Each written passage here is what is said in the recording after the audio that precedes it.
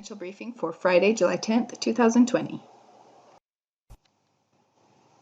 The fire potential impacts are shown here for the next couple of days. As far as today goes, no additional significant impacts, but continued hot and dry across much of Nevada and Utah.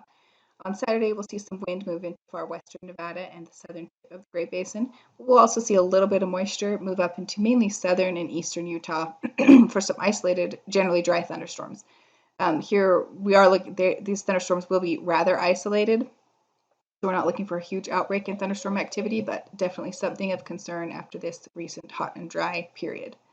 On Sunday, more of the same with continued wind over western Nevada and southern Great Basin and some even more isolated lingering thunderstorms on Sunday. Better coverage looks to be on Saturday. Yesterday was a dry and quiet day for the most part, except over the central Idaho mountains. The Great Basin fire activity shows that the most recent fire activity continues to pop up over western Utah and southern Nevada. Precipitation percent of normal for the past 7 and 30 days is shown here. The past 7 days have been very dry across the entire geographic area, with the past 30 days showing that continued dryness over mainly southern Nevada and southern Utah. ERCs have been on the upward trend for the past week or so, and here we're seeing a lot of those stations across the south above the 90th percentile, and even in the purples here, some of those stations are over the 97th percentile. This hot and dry weather pattern will continue over the next couple of days, and we will see those values rising further.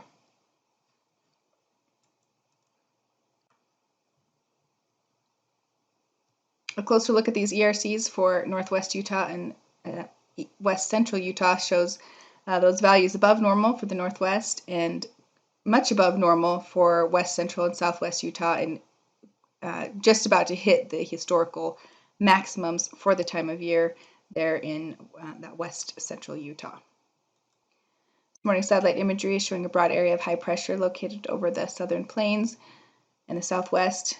This is causing that heat to move into the Great Basin, particularly central and southern Great Basin. We can see there is a little bit of moisture over the southwest that will have a chance to move up into far southern and southeast Utah tomorrow. So for today, hot, dry, sunny with generally light winds across much of the geographic area. We do have high risk issued for hot and dry across southern Nevada and southern Utah, where those temperatures are near record and have been quite hot and dry for some time. Single-digit relative humidities are expected once again this afternoon over Nevada and much of Utah.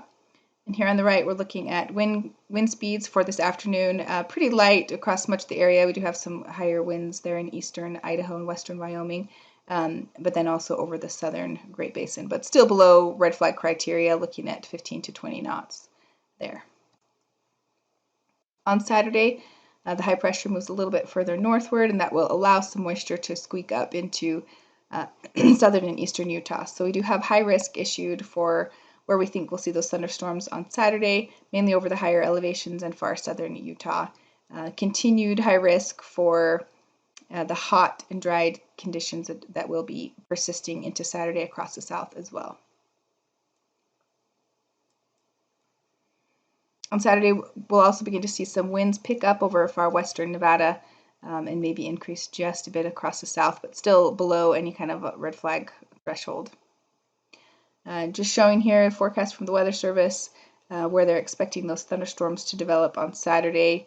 Kind of a pretty small area, really. We are looking for those thunderstorms to be fairly isolated, mainly over the higher elevations of southern Utah and up into northeast Utah, but definitely of concern after this extended hot and dry period.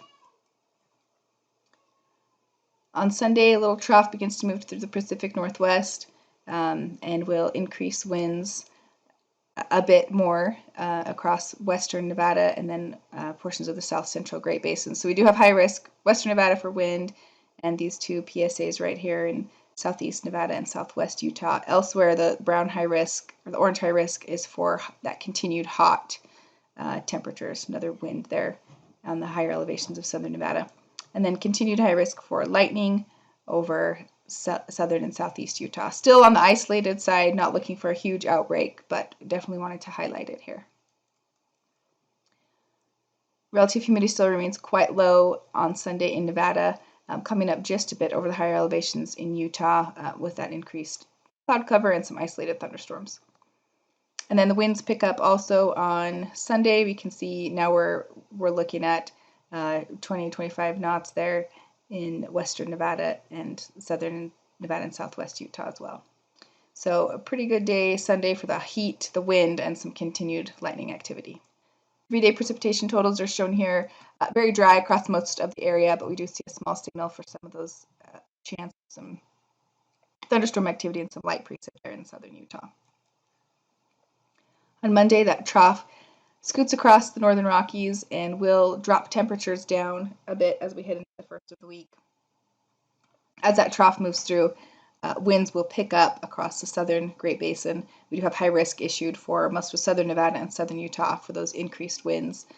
Still quite warm down south, but we will see some relief for the temperatures further north as a cool front moves through. So we're looking for like highs in near 90 or low 90s, whereas over the weekend they'll be creeping up to near triple digits in Salt Lake, for example.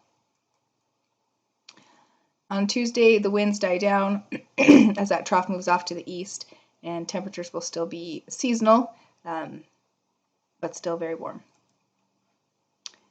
And continued generally warm and dry weather on Wednesday. And more of the same on Thursday. We'll look to see if there's another chance of a little bit of moisture moving its way back up into the southern Great Basin as we head into the latter part of next week.